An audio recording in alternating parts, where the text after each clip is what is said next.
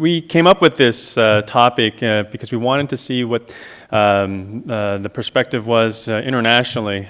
We had somebody who was interested in coming from Australia, and I wanted to see what his perspective was, but unfortunately he wasn't able to make it. So I'll be kind of bringing my thoughts into, I think what is a controversial topic.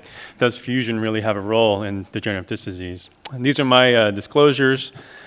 So lumbar fusion, especially in the United States, North America, especially, it's becoming one of the more common surgical procedures performed. Recently, a publication showed that the elective fusion rates have gone up 62% in a short period, 11-year period. And the hospital costs are exploding. They're 177%, exceeding $10 billion in 2015. And of course, we all know about the controversy between chronic low back pain and degenerative disc disease in association with lumbar fusion surgery. And so I wanted to see, well, what is the data out there? So the problem with chronic low back pain and degenerative disc disease is that it's multifactorial etiology of low back pain. The pain, it's hard to isolate and identify what the pain generator is. Is it from the disc? Is it facet mediated? Is it from the muscles, the fascia? We can see histopathologic changes with the degenerative disc disease, with annulus and nucleus changes, as well as radiographic changes. But then, does it really lead to clinical symptoms? And so we all know about Dr. Bowden's landmark study that showed that there are a lot of patients walking around with with degenerative disc disease that are asymptomatic, and that increases with age. So is there some sort of causal relationship between low back pain and degenerative disc disease? And that remains to be seen. So, I wanted to kind of, frame this with the case presentation. I think a pretty common, case that I see in my clinic, a 58-year-old male, chronic low back pain. He has some occasional right anterior thigh cramping, but not radiculopathy in the true sense. And it's predominantly back pain. He's had decompression with laminotomy, foraminotomy in the past, and it seemed to not cure his back pain. And he's failed non-operative treatment. He does have a history of anxiety, depression. So these are red flags in my mind, for any kind of surgical procedure. He has no tobacco, alcohol, or drug use. So these are his X-rays. He's got some spondylosis, a little, very mild, perhaps degenerative scoliosis, but not much. It's probably not even within the parameters for diagnosis of scoliosis. And then he's got degenerative disc disease, especially at L3-4, but no frank instability. There is retrolisthesis at L3-4 and as well as L2-3. So there's some degenerative disc disease. You can see, in terms of the MRI, that there's, no central stenosis, and he may have a bit of right-sided neuroforaminal stenosis, but pretty benign. So in a patient like this, where it's, chronic low back pain, questionable radiculopathy, which, I'm not sure if it's real or not. Is this someone who then could benefit from any kind of surgery? Options would be, continue non-operative treatment, which the patient's adamantly against, because I've tried everything. I've had a million epidurals and whatnot and PT, and still nothing made it better. Could you do a revision laminotomy for aminotomy? Could you do a fusion? The question is to fuse or not to fuse. I think that when I see this kind of patient, I'm like, okay, well, what does the evidence show? And I wanted to dive into that. So in terms of at least what the insurance companies are looking at, they have a long list of indications for surgery, which I think a lot of us would agree is a good indication for fusion. But what they consider not medically necessary, part of it is degenerative disc disease. Now, other insurance companies like Aetna, they consider lumbar fusion for degenerative disc disease as experimental, investigational, with insufficient evidence. Cigna, fusion is not covered, for multi-level degenerative disc disease. And then with single-level degenerative disc disease, then, you have to qualify with a lot of different things like unremitting pain, that they're not crazy, they're not smokers. So there has to be documentation that all of those things are satisfied, with strict criteria, and maybe then Cigna would then take it. So then where are they coming up with these policies? And so the evidence is, pretty small. So there's 6 RCTs, level 1 evidence, investigating lumbar fusion for chronic low back pain, degenerative disc disease. And the first one is from 2001 from the Swedish lumbar spine study group. And they showed that, surgery versus non-surgical treatment, that you have improvement in back pain, leg pain, as well as all the other reported outcomes, including the Zung depression score, as being superior for surgery as compared to non-operative treatment. Now, the criticism is that, well, what was non-operative treatment? And they just consider non-operative treatment as usual care. So it could be just neglect, or it could be PT, or they didn't really specify and make it really detailed.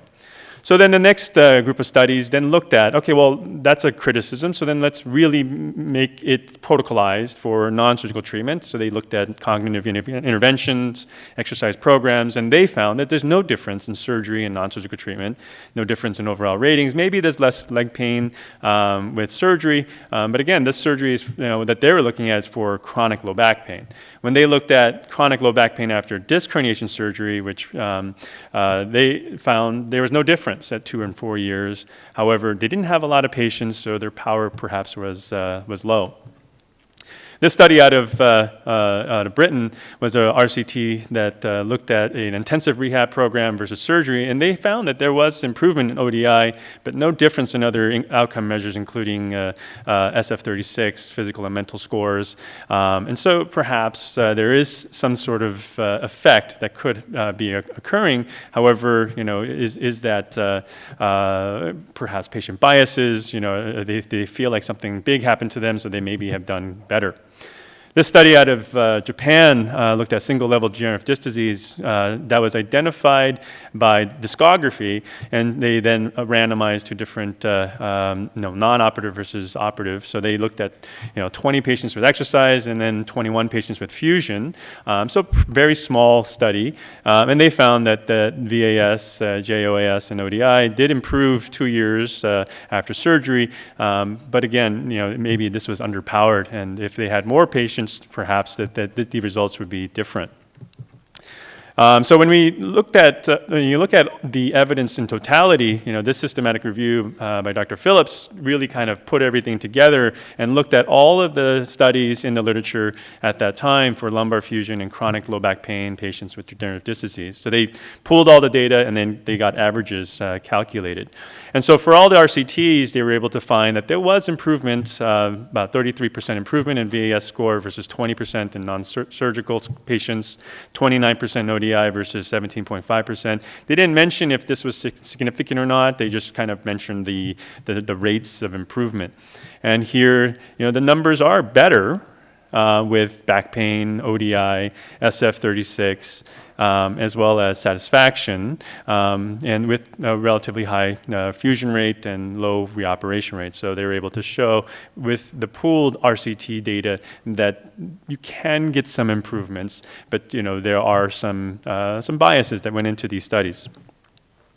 When you look at the prospective randomized studies looking at different techniques, so ALIF or TLIF, when you're just comparing the techniques not against non-surgical treatment, then there's also improvement of VAS, ODI, SF36 that you can see in these studies. And then you can see that their scores do improve, and then their satisfaction is reasonable, is similar to the RCT data with a similar data in terms of fusion rates. And then prospective studies, open versus MIS, like TLIF, or open versus MIS, like studies that look at 1 to 2 level fusions. They also looked at similar things, but these are then lower quality studies that we're now looking at, but all pretty much saying that it can work in chronic low back patients. Same thing with these retrospective studies. So, there's a high level of fusion, low reoperation rate, but then with improvement in pain and disability. When you look across all the evidence, the over 3,000 patients in pooled studies, fusion did have improvement, like we were saying before. Now, what about MCID? So the definition was put forth that the back pain scores had to go up by a certain amount, ODI same, and SF36, and they found that the weighted averages of these patients in over 26 studies met or exceeded MCID on these patient-reported variables. So that's the ultimate conclusion of the systematic review, was that it does seem to have an effect in terms of fusion for low back pain. When we look at, this study was interesting because they looked at lumbar fusion for degenerative disc disease, and they compared it to what we think is the gold standard, which is spondylolisthesis. So what was the effect? And sorry, it doesn't project well. It showed that spondylolisthesis has twice as much of a difference in terms of back pain. ODI is significantly more with spondylolisthesis, as well as there's odds ratio is higher with spondylolisthesis for patient satisfaction, and then the death risk is lower with spondylolisthesis than chronic low back pain. So the ultimate takeaway point for me is that the results are not as good as spondylolisthesis, which is what the gold standard is, with increased risk. And so increased risk of complications, not just death, but the common complications that we think about with lumbar fusion, implant failure. So I think you're just setting yourself for a risk. So what did the guidelines say? Fusion is no more effective than intensive rehab, and this is from some of the RCT data.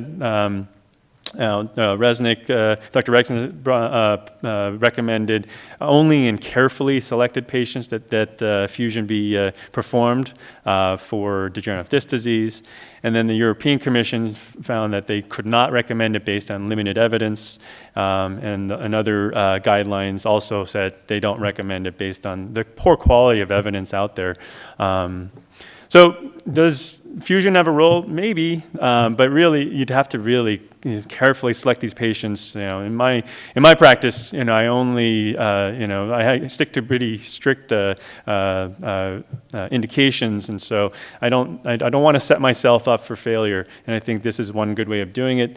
The literature does seem to have some favorable results, but again, I think there are biases that are coming into play, and the results are not as good as spondylolisthesis, and so I don't think it's a great option. So for me, it's hard for me to understand who to apply fusion to for chronic low back pain.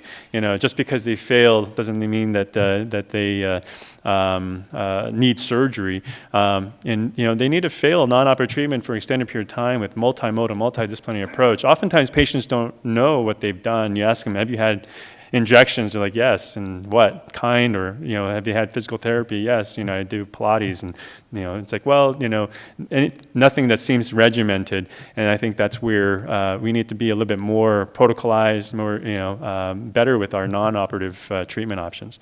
So for me, like with that patient, I recommended non-operative treatment, and I don't think that surgical options are beneficial for the patient.